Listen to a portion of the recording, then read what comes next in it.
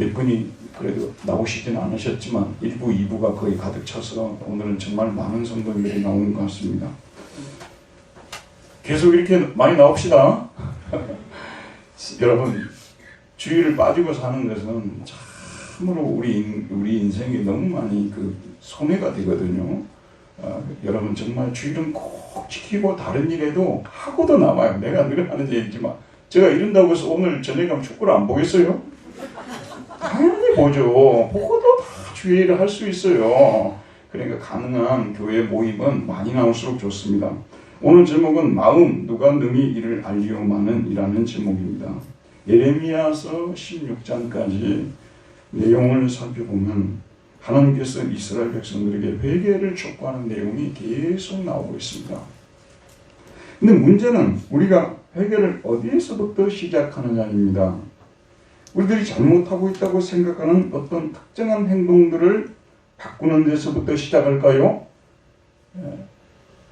술을 보통 마시는 것이 아니라 만취하시는, 술독에 잠기시는 분들이 계세요. 술을 끊는단 말이에요. 또 담배를 끊을 수 없다고 하시는 분들이 담배를 끊었습니다. 진정으로 회개한 것일까요? 이런 행동보다 더 중요한 것은 우리 마음을 바꾸는 일입니다. 우리 마음.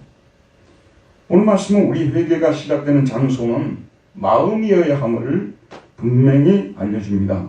우리가 회개를 하려면 무엇보다 우리 마음을 바꾸고 그 다음에 행동을 바꿔야 합니다. 마음은 바뀌지 않았는데 행동만 바꾸는 척 바뀐 것이 아닙니다. 그러므로 우리는 회개하기 위해서 마음에 집중해야 합니다. 이를 위해서 우리는 먼저 우리 마음에 대하여 정확히 알아야 합니다. 그럼 마음이 무엇일까요? 한번 물어봅시다. 우리 마음이 우리 신체 중에서 어디에 있을까요? 이 수술하는 분들은 그냥 열어놓고 보면은 마음을 찾으려고 해도 찾기가 어렵겠죠.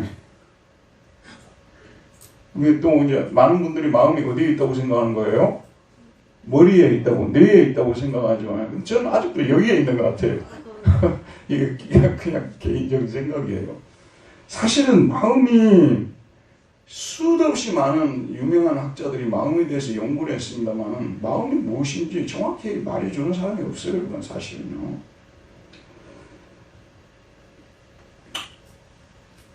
마음이 어디에 있는지 정확히 알 수 없지만 확실한 것이 있어요. 뭐냐면 우리 마음에 악한 마음이 있다는 거예요. 저도 악한 마음이 있고 여러분들도 악한 마음이 있고 예수 믿고 거듭난 사람도 악한 마음이 있고 거듭나지 않은 사람도 악한 마음이 있고 다 악한 마음이 있다는 거예요. 근데 예수님께서 말씀하신 것을 이렇게 면밀히 살펴보게 되면요, 우리 마음속에서 선한 것들이 나온다는 말씀은 거의 안 하셨어요. 근데 악한 것들이 나온다는 말씀은 분명히 하셨습니다. 마음에서 나오는 것은 악한 생각과 살인과 간음과 음란과 도둑질과 거짓 증언과 비방이니 이런 것들이 사람들을 더럽게 하는 것이요, 마음에서 나오는 것은 악한 생각과 살인과 간음과 음란과 도둑질과 거짓 증언과, 지금 월드컵을 하고 있지만 일본이 이겼으면 좋겠다는 생각보다 마음에서 무슨 생각이 많이 나와요? 졌으면 좋고 또 우리는 이기면 좋고. 나하고 라이벌은요, 그는 손해를 보면 좋고 나는 손해 안 보면 좋고, 이런 기쁨을 독일에서는 샤딘프로이드라고 하는데 참 이런 기쁨이 상당히 참 재밌는 기쁨이거든요. 인간이 악해서 그래요. 악해서. 그래서 마음에 나오는 것은 악한 생각과 살인과 간음과 음란과 도둑질과 거짓 증언과 비방이니 이런 것들이 사람들을 더럽게 하는 것이요. 자, 예수님의 말씀에 의하면 우리 마음 안에는 선한 것들이 아니라 악한 것들이 가득 차 있음이 분명합니다. 우리 마음에 선한 것들이 가득 차 있으면 마음에서 나오는 것들은 다 선한 것들이라는 말씀을 왜 안 하셨겠어요? 우리 마음 안에 좋은 것들이 아니라 좋지 않은 것들이 거하고 있음이 분명합니다. 성경을 보면 이렇게 가르치는 성경 구절들이 많이 나와요. 에덴 동산에 한번 보세요. 참 에덴 동산을 한번 생각해 보면 진짜 우리 인간이 어떤 존재인지를 압니다. 하나님께서 모든 걸 다 주셨잖아요. 만물을 다스릴 수 있는 위임, 통치권도 주시고 다 줬어요. 근데 한 가지 딱 안 줬죠. 무엇을 안 주셨습니까?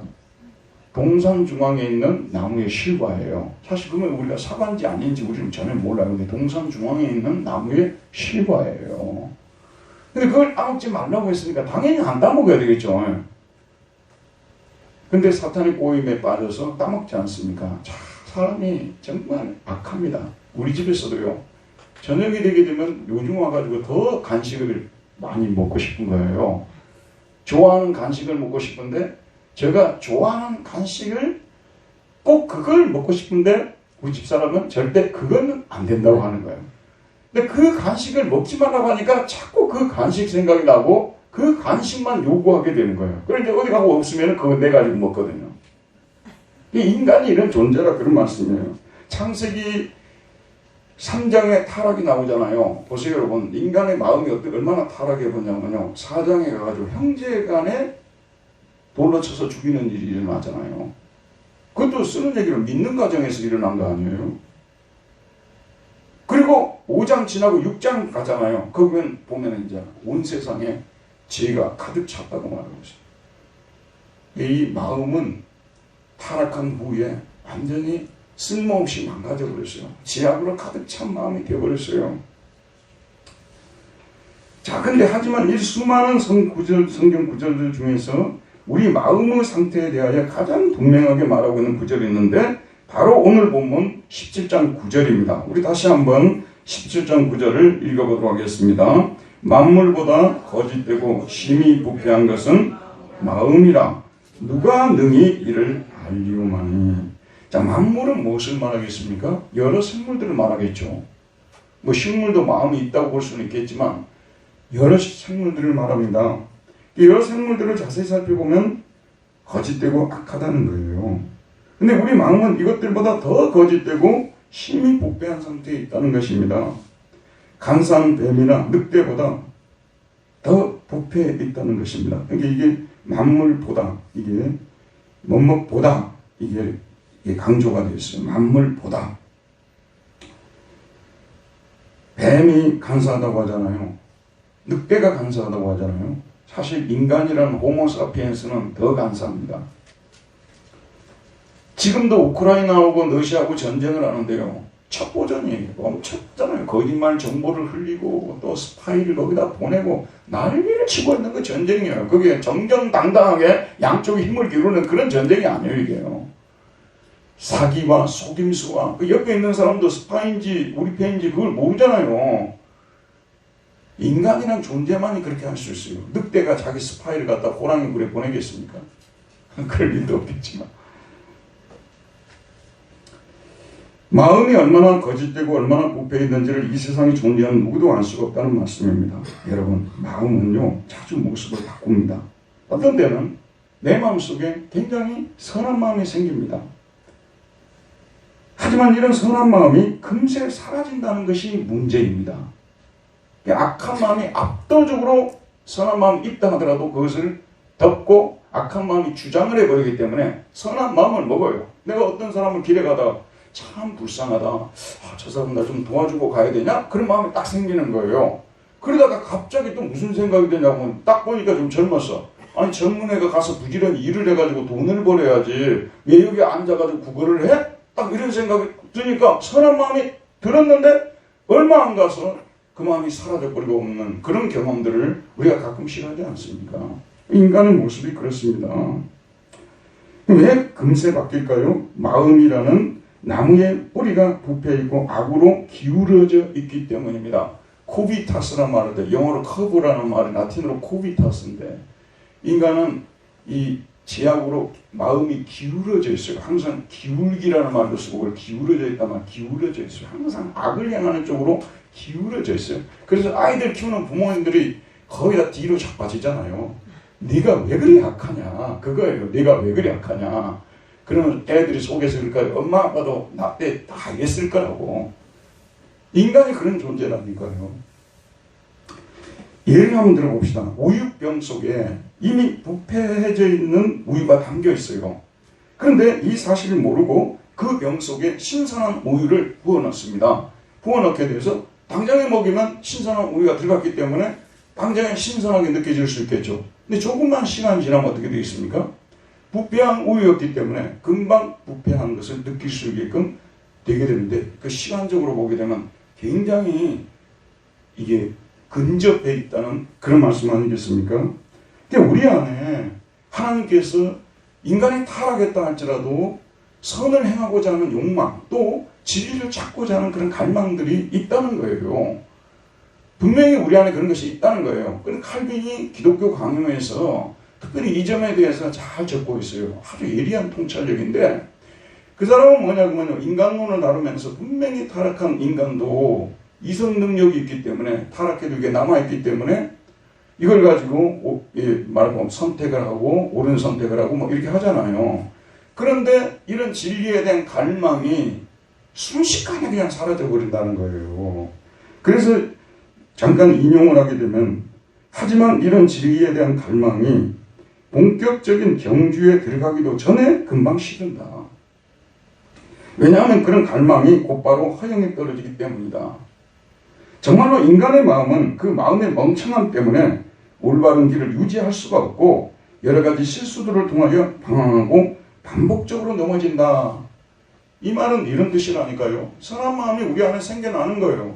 그렇게 하는데 금방, 그래서 이제 하나님을 좀 더 특별히 이제 칼빈이 여기서 하나님을 믿는 부분에 대해 초점을 맞추고 얘기하는 게, 일반론적으로 다 이야기하게 되면 그 문제가 많죠, 이 말들이요. 근데 하나님을 믿는 그런 관점에서 볼 때는, 아, 이번 주부터는 성경 좀 보고 기도도 열심히 하고 살아야 되겠다. 내가 한 해가 다 가는데 이렇게 올해를 마칠 수 있겠느냐? 결심을 딱 했다고 말이요. 뒷날 지나고 나게 되면 실천은 못했어. 근데 그날 저녁에는 생각이 나요. 근데 그 다음날 지나고 그 다음날 전 자기가 그런 결심을 했는지도 모르게 잊어버리는 존재라, 그런 말씀이에요. 그 정도로 우리 인간의 존재가 악에 기울여져 있고 악의 지배를 받고 있다는 것을 말씀하고 있는 것입니다. 여러분, 우리 마음과 관계에서 자주 하는 말들을 한번 생각해 볼까요? 마음이 자꾸 흔들려요. 그럴 때 우리는 뭐라고 합니까? 이걸 해야 되나 말아야 되냐? 이제는 내가 좀 더 성경을 좀 읽어야 되겠다. 좀 예배 생활을 열심히 참여해야 되겠다. 하나님 뜻대로 좀 살아봐야 되겠다. 마음을 잡잖아요. 이게 그렇게 하지 말아야 된다는 생각이 자꾸 나가지고 막 또 흔들리는 거예요. 그러면 우리가 무슨 얘기를 쓰죠? 마음을 잡는다는 말을 씁니다. 작심삼일이라는 말이 그냥 나왔겠어요? 작심삼일. 저도 작심삼일 진짜 많이 해봤어요. 작심삼일. 뭐 작심하고 끝까지 가는 사람은 이 세상에 거의 없어요. 거의 대부분이 작심삼일이에요. 작심삼일. 특별히 제가 드린 말씀 잘 들으세요. 이거는 하나님과 관계를 두고 하는 얘기예요. 세상에는 독한 사람도 많아요. 결심하면 바로 그것도 하는 분들이 계시는데, 하나님을 믿는 이 분야에서 말하는 거예요. 이런 분야에서는 작심하고 실천하기가 얼마나 어려운지. 작심삼일. 조변석계라는 말이 나오잖아요. 조변석계. 또 좀 여러분들이 너무 공감할 수 있는 말이, 화장실 들어갈 때 다르고 화장실 나올 때 다르다는 말 아니에요. 근데 이 말이 상당히 설득력이 있어요. 그 화장실이 그 묘한 장소예요. 들어갈 때는 뭐 이렇게 해야 되겠다 하다가 그 다음에 나올 때 되게 되면 생각이 바뀌는 거. 우리 마음이 이렇다 그 말이에요. 자기 마음을 자기가 조절할 수 없기 때문에 이런 말들이 나오는 거 아니겠어요? 우리 마음이 너무나 변덕스럽습니다. 제주도 날씨 아시죠? 저도 섬에 살아봤는데요. 제주도 날씨만 변덕스러운 게 아니에요. 섬 날씨들이 대부분 그래요. 아침에 그냥 해가 딱 이렇게 떠요. 하늘이 맑아요. 그래서 예전에 우리 초등학교 동창들이 배를 타고 오늘 우리 밖에 한번 나가자 하고 뭐 이런 거 하나도 준비하지 않고 구호 장비 없이 나간 거예요. 그랬더니 갑자기 그냥 바람이 불기 시작하고 하늘이 어두워지고 먹구름이 들어오지고 막 태풍이 불기 시작하고, 제가 인생에서 그런 자연재해로 인해서 한 두세 번 죽을 뻔 고비가 있었거든요. 그때도 고비였어요. 어떻게 이렇게 살아남았는데, 너무 이게 마음은 이게 자주 바뀝니다. 여러분, 우리 세상에 살았던 사람 중에서요, 인류 역사에 있어서 가장 지혜로운 사람을 한 사람 떠올린다면 누구를 떠올릴 수 있습니까? 누구를 떠올릴 수 있어요? 솔로몬을 떠올릴 수 있지 않습니까? 1000번제를 드리고 나서 그가 지혜를 달라고 기도했고, 하나님께서는 그에게 지혜를 주어서 세상의 모든 사람들이 그의 지혜를 들으려고 왔잖아요. 그 지혜로운 자 솔로몬이 연구를 많이 했어요. 여러분 전도서는 뭐냐면 솔로몬의 세상살이 연구서예요. 그 연구서를 하고 보고서를 남긴 거거든요. 그게 전도서입니다. 거기에 보면 잠언서도 마찬가지고 거기 보면 전도서 잠언서에 보게 되면 솔로몬의 잠언이 많이 나오잖아요. 그럼 이런 말씀이 나와요. 노하기를 더디하는 자는 용사보다 낫고 자기 마음을 다스리는 자는 성을 빼앗는 자보다 낫다라고 말하고 있습니다. 자기 마음을 다스리기가 그만큼 어렵다는 것이죠. 우리가 뭐 작은 초가지만 하나도 뺏어본 적이 없기 때문에 이 말씀 이해하기도 어렵겠죠. 큰 성을 말하는 거예요. 만리장성 같은 안시성 같은 그런 성이 있잖아요. 이런 성을 빼앗는 것보다도 자기 마음을 다스리기가 더 어렵다. 이 말씀이 그냥 나왔겠어요? 지혜자의 통찰에서 나온 것입니다. 그럼 왜 마음을 다스리는 것이 어려울까요? 오늘 말씀 보도록 하겠습니다. 17장 9절입니다. 만물보다 어떻습니까? 마음이 만물보다 거짓되고 악하고 심히 부패한 것은 아누시. 마음, 이 마음을 히브리어로 레브라고 합니다. 레브. 마음이라. 누가 능히 이를 알리오마는 이 마음이 어떤 상태인지 마음이 무엇인지에 대해서 우리 인간들 중에서 알 수 있는 사람이 단 한 사람도 없다는 그런 말씀 아니겠어요? 이 마음은 마음을 지으신 창조주만이 알 수가 있겠죠. 하나님 우리 아버지만이 알 수가 있겠죠. 그러니까 마음의 문제를 다루려면 성경으로 돌아가야 되고 창조주 하나님을 언급해야만 하는 것입니다. 왜냐하면 창조주 하나님께서 우리 마음을 지으셨기 때문에 세상에는 마음의 문제에 대해서 수많은 철학들이 존재하고 수많은 밴들이 존재합니다. 그러나 우리는 성경이 진리의 말씀이고 하나님의 말씀이라고 우리는 확실히 믿고 있는 사람들입니다. 그렇기 때문에 우리는 성경적으로 생각해야 되는 거죠. 우리 마음을 누가 지었습니까? 하나님 우리 아버지께서 지으셨습니다. 그렇기 때문에 우리 마음의 문제는 누구만 해결할 수 있습니까? 하나님 아버지만이 해결할 수가 있어요. 참 시골에 살 때 이 설교를 준비하다 보니까 시골에 살 때 그 생각이 나더라고요. 당시는 60년대, 70년대는 트랜지스터 라디오가 굉장히 유행했어요. 그걸 통해서 뉴스도 듣고, 그 다음에 또 이미자의 동백 아가씨, 그걸 어떻게 들었겠어요? 트랜지스터 라디오로 들은 것이거든요. 근데 이 라디오가 누가 만들었는지 모르지만 특별히 뭐 시골에 돈도 없는 사람들이 많이 살기 때문에 좋은 걸 못 사서 그런 것 같아요. 품질이 안 좋은 걸 사니까 조금 이렇게 듣고 있으면 막 찌직 소리가 나고 자궁이 나고 또 어떤 때는 목통이 돼버려요. 아예 안 들리질 않아요. 그럼 여러분 어떻게 해결했습니까? 손으로 때리는 게 이 비법이라고 다 알고 있더라고요. 손으로 때리면 또 이게 안 나오던 게 나와요. 신기하죠. 근데 또 나오다가 또 얼마 안 있으면 또 자궁이 생기고 또 이렇게 또 들리지 않고 이러는 거예요. 그럼 또 때리고 하다가 안 되면 이제는 결국은 어디로 가지고 가냐면요. 수리센터로 돌아갑니다. 데리고 갑니다. 가지고 갑니다. 그런데 우리 마을에 수리센터가 우리 친척이 운영하는 수리센터가 딱 하나 있었어요. 라디오 수리센터가. 벌써 들어가면은요. 뭐라고 해야 될까? 거룩한 장소 같아요. 거기는. 이렇게 정말 양쪽으로 막 장비들을 막 이렇게 해놓고 다 앉아가지고 라디오를 다 듣고 막 이렇게 막 하고 그러면요. 와, 저는 어렸을 때 굉장히 위대한 분으로 보였어요. 그래가지고 이제 라디오를 이렇게 수리를 해가지고 집으로 가지고 오잖아요. 가지고 왔는데 얼마 안 돼서 또 그런 현상이 나타나는 거예요. 그러면 또 마을 사람들이 가져갑니다. 그럼 또 고쳐줍니다. 근데 사실 우리 그 친척이 실력이 별로 없는 분이었던 것 같아요. 지금 생각해보면. 이러면 생략하고 그러면 이 라디오를 완벽하게 고치려면 어떻게 해야 되겠습니까? 라디오를 만든 사람을 찾아가야 되겠죠. 그 사람이 제일 잘하기 때문에요. 그 사람이 고치면은 이 라디오는 고쳐지는 거 아니겠습니까? 인간의 마음도 마음을 지으신 분만이 정확히 알 수가 있고 그러기에 고칠 수 있습니다. 오늘 말씀에 보면 우리 마음을 지으신 분은 하나님이시고 그래서 마음이 고장났는가? 마음에 사악한 것이 들어있는가? 간사한 것이 들어있는가?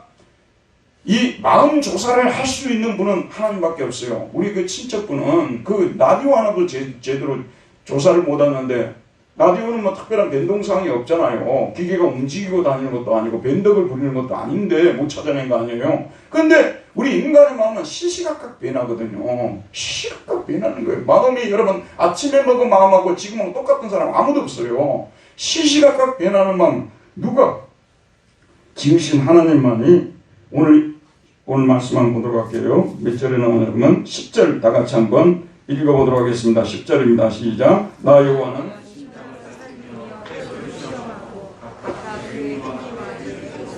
예, 하나님은 어떤 분이냐? 심장을 살핀다고 되어 있어요. 이 살핀다는 말은 이게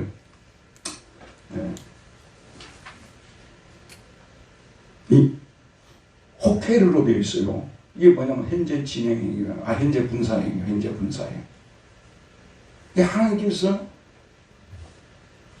저의 마음을, 김용주 목사의 마음을 이렇게 살피고 있어요. 항상 살피고 계신다고 말이에요. 그 다음에 또 마음을 살피고 콩팥을 시험하고 있다라고 되어 있습니다. 마음을 살피고 콩팥을 시험하고 있는데, 이 콩팥이 히브리어 킬랴예요. 근데 이게 히브리인들은 콩팥을 인간의 욕구를 상징하는 기관으로 보았다고 합니다.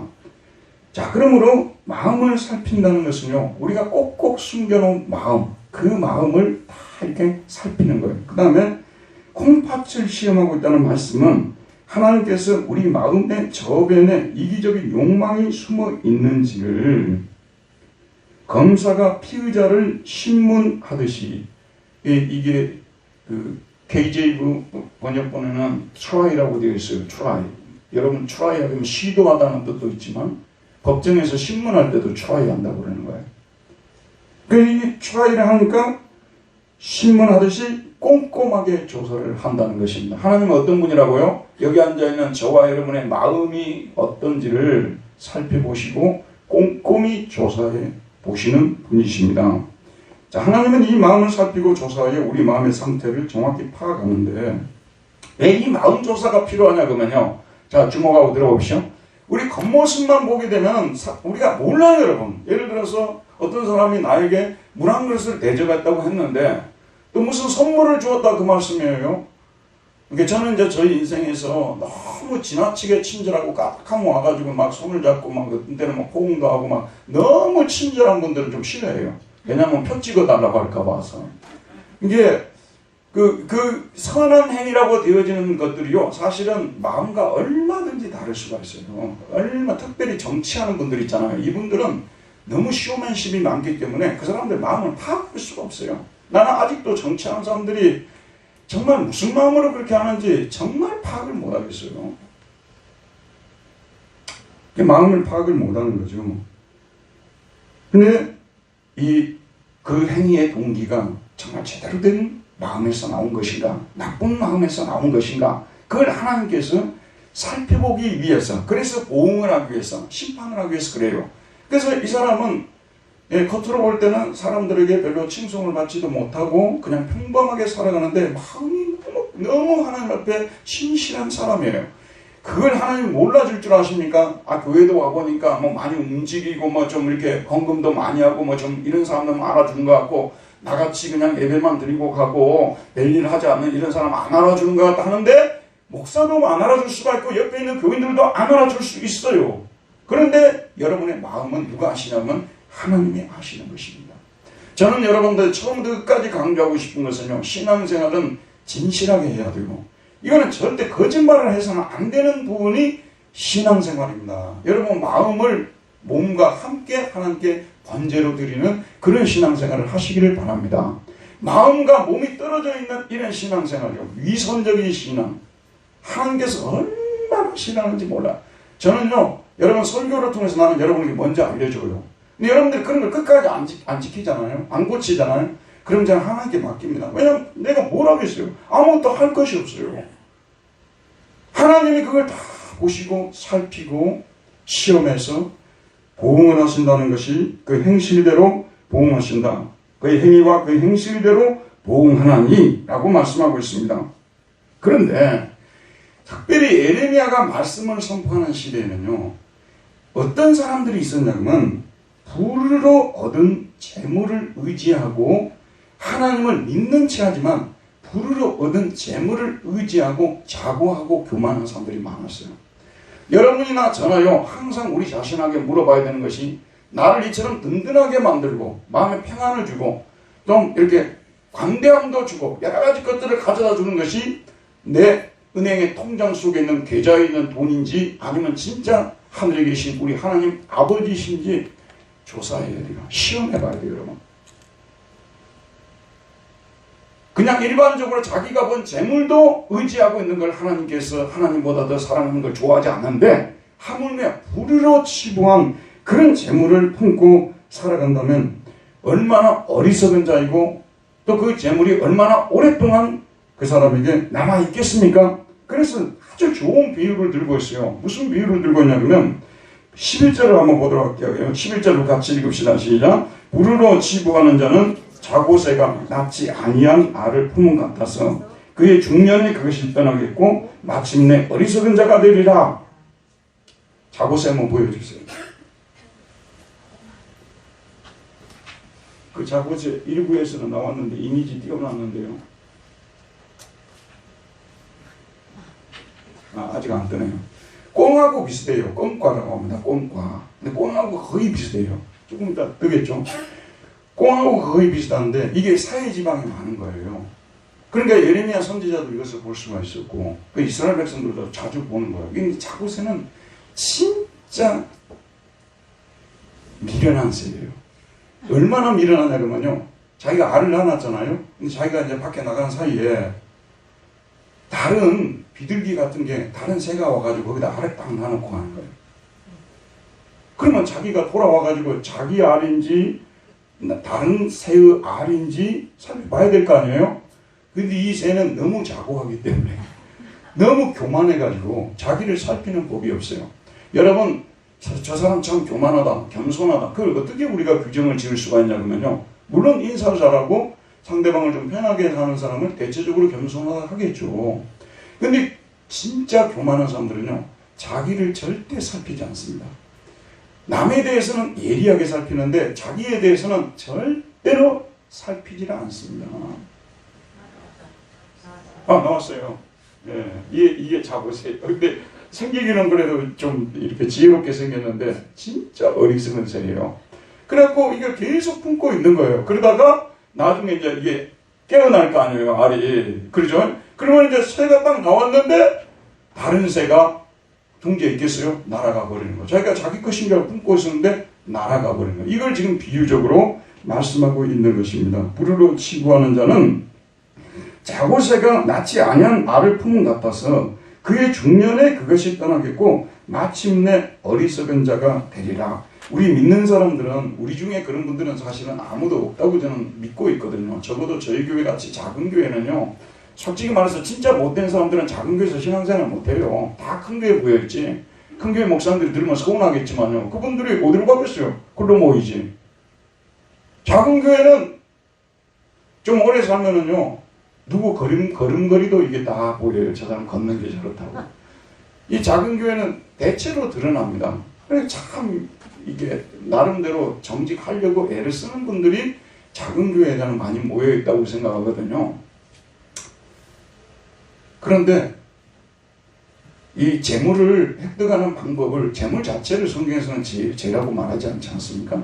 정당한 방법으로 그걸 획득해야 되는데 잘못된 방법으로 사악한 방법으로 그걸 획득을 한다 그런 말씀이에요. 그것이 자기 것이라고 품고 있다는 것이죠. 그래서 여러분 끝까지 공은 끝까지 봐야 돼요. 그래서 이 사람이 재산을 100억을 모으고 200억을 모으고 건물도 몇 채고 1000억을 모았어요. 자 여러분 이것이 반드시 좋은 것만이 아니라 중년에 떠난다는 말은 모두가 다 떠나면 옷이 좋겠어요? 안 떠나요.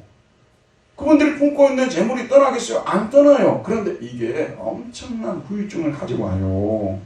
너무 재물이 많으면요. 자녀들이 한 명이면 괜찮지만 자녀들이 여러 명이면요. 분쟁이 날 소지가 90% 이상이에요. 진짜 그런데도 화목한 가정이면요. 그건 기적이에요. 제가 볼 때는 그런 가정이 별로 없다고 생각해요. 그리고 또 한 가지 제가 말씀드릴게요. 뭐 예를 들면 양현석이나 누구죠? 진영 이런 분들 건물 몇 개고 몇 천억 부자 그러지 않습니다. 저는요 그런 재물을 그렇게 많이 가진 상태에서 물론 이분들이 불의로 치부했다고 볼 수는 없지만 과연 하나님을 제대로 믿을까? 믿어질까? 참 신기해요. 그래 부자가 하늘나라로 들어가는 것이 낙타가 바늘기로 들어가는 것보다 어렵다고 주님 말씀하셨죠. 나는 그 말씀을 그대로 믿어요. 부자가 하늘나라 들어가기는 어려워요. 왜냐하면 재물이 많이 들어오면 의지하게 되어 있어요. 그리고 재물이 많이 들어오면 항상 모자라다고 생각해요. 원래 가난한 집안에 가게 되면 모자라다고 생각을 안 해요. 심지어 빚까지 얻어가지고 뭐 잔치를 벌여요. 근데 부자들은 절대 그러지 않죠. 항상 모자라다고 생각해요. 더 재물을 쟁취하려고 하고요. 그래서 그 재물이 들어왔으면 하나님의 영광을 위해서, 나는 여러분의 그런 말씀드리고, 이게 부유하게 쟁취한 재물이 아니라면 어떻게 그 문제를 관리해야 되냐 그러면요, 하나님이 기뻐하는 쪽으로 자꾸 이것을 사용하면서 이걸 극복해야 돼요. 쌓아만 놓고 하나님을 위해서 드리지도 않고 하나님을 기뻐하시는 일들을 위해서 내놓지도 않고 쌓아만 놓는, 이거는 잘못이에요. 그러면 재물의 종이 되어버리는 거예요. 자기가 이미 종이에요. 자기는 종 아니라고 생각해요. 중년에 날아간다는 말을 제가 설명을 하고 있는데, 그 재물이 다 없어진다는 그런 나이브한 쪽으로 보지 마라 그 말이에요. 있어도 그 사람은 사실은 천국 가기 어려워져 버리는 거예요. 그러니까 그런 것들이 들어오게 되면 빨리 하나님 기뻐하는 쪽으로 사용을 해야 된다는 그런 말씀 아니겠습니까? 그래서 그럼 우리가 무슨 새를 품고 살아야 되냐 그러면, 한번 따라합시다. 말씀새라는 것이 있어요. 말씀새. 그러니까 우리가 계속해서 아무리 품고 있어도 떠날 일이 없는 새가 무슨 새라고요? 말씀새입니다. 말씀새가 나온 하나님의 말씀입니다. 이거는 우리가 아무리 품고 있어도 이 말씀새는 사라지는 법이 없어요. 그래서 이사야서 40장 8절에 보면 푸른 마르고 꽃은 시드나 우리 하나님의 말씀은 영원히 서리라. 푸른 마릅니다. 꽃은 시듭니다. 그러나 우리 하나님의 말씀은 영원히 선다고 말하고 있어요. 그리고 자고새가 아니라 말씀새를 품고 살아가는 사람들의 삶의 결론이 어떻게 나냐면, 이미 이거는 시편 1편에서 너무도 정확하게 말씀하셨기 때문에 덧붙일 것이 없어요.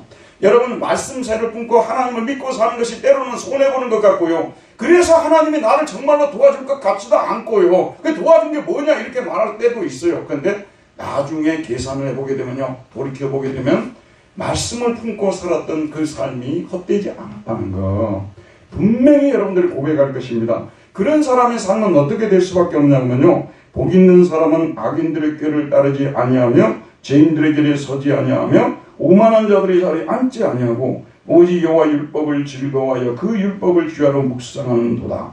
그는 시냇가에 심은 나무가 철을 따라 열매를 맺으며 그 잎사귀가 마르지 아니함 같으니 그가 하는 모든 일이 다 형통하리로다. 이거예요.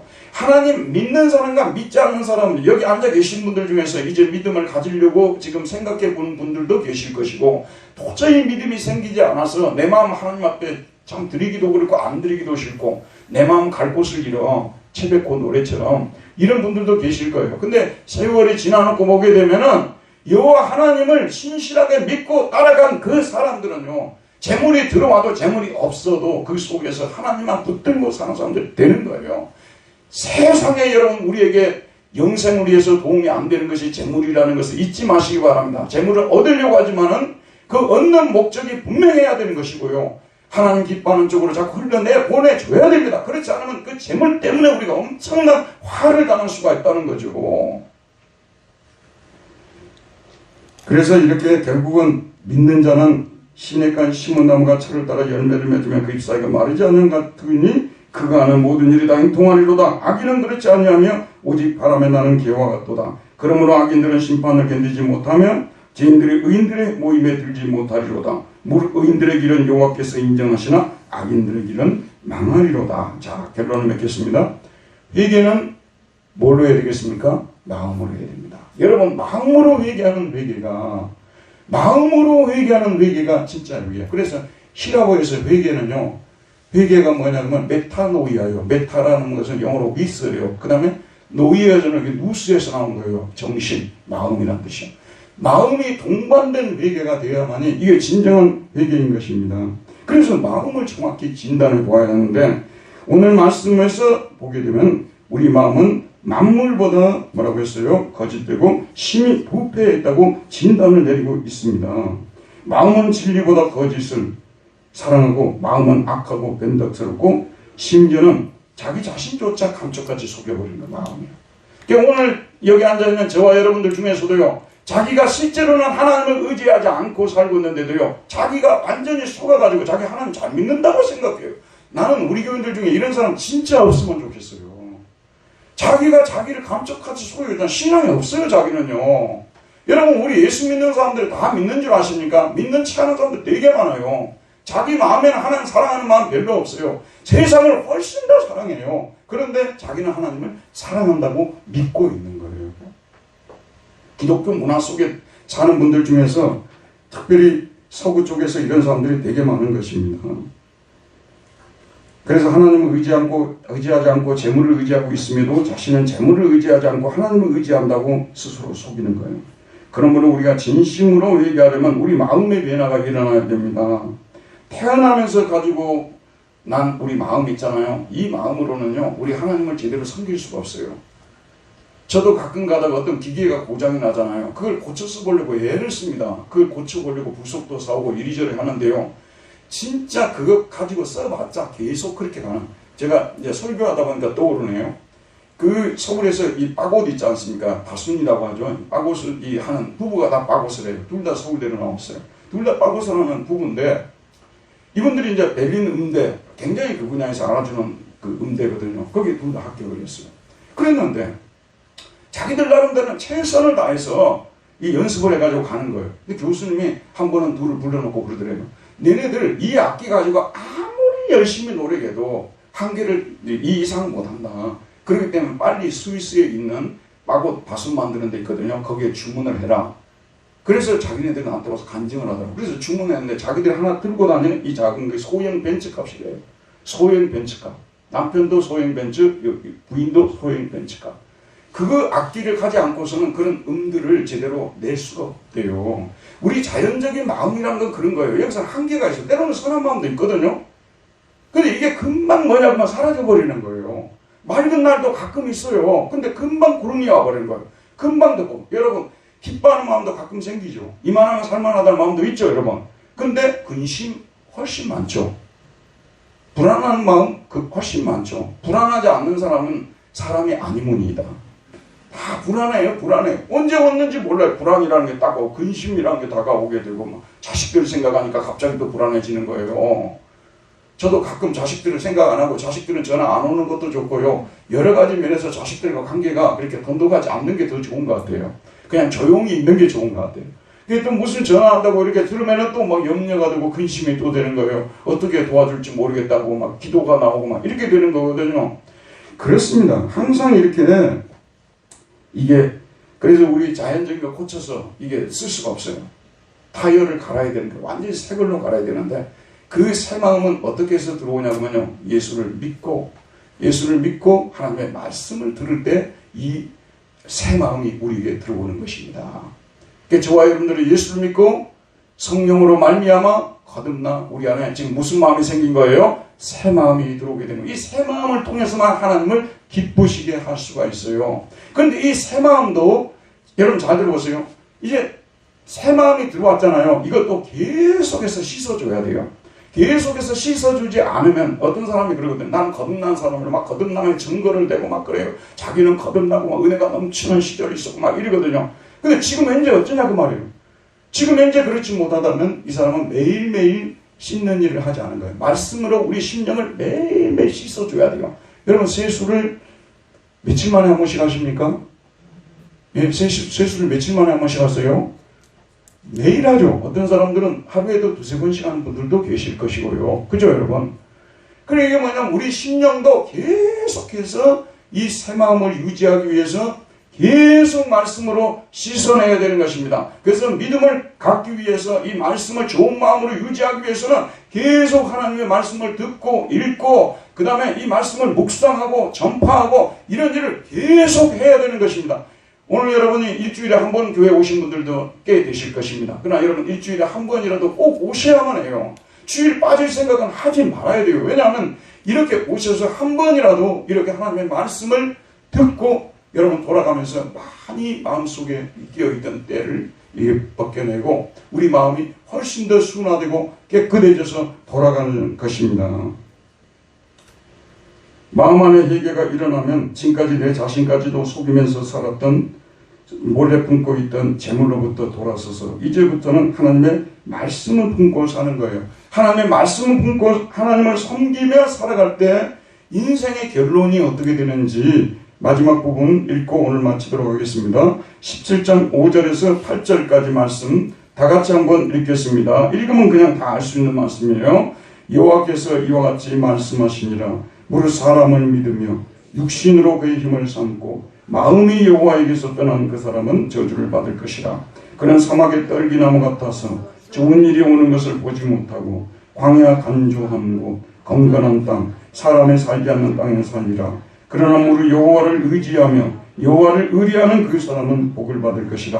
그는 물가에 심어진 나무가 그 뿌리를 강변에 뻗치고 더위가 올지라도 두려워하지 아니하며 그 잎이 청청하며 가무는 해에도 걱정이 없고 결실이 그치지 아니함 같으니라. 은혜로우신 하나님, 오늘도 생명의 말씀을 우리에게 보내주셔서 만물보다 거짓되고 심히 부패한 것이 인간의 마음이라고 했는데 여호와 우리 아버지, 그럼에도 불구하고 은혜의 보좌 앞에 나아가지 아니하고 내 힘과 내 지혜와 내 능력으로 나는 충분히 살아낼 수 있다고 말하면서 자고했던 순간들이 얼마나 많았습니까? 회개하는 우리 모두 되게 해주시고 하나님 말씀 붙들고 말씀을 품고 살아가는 복된 인생들 되게 하여 주옵소서. 예수님의 이름으로 기도하였습니다. 아멘. 이제 바로 이어서 성만찬연식을 시작하도록 하겠습니다.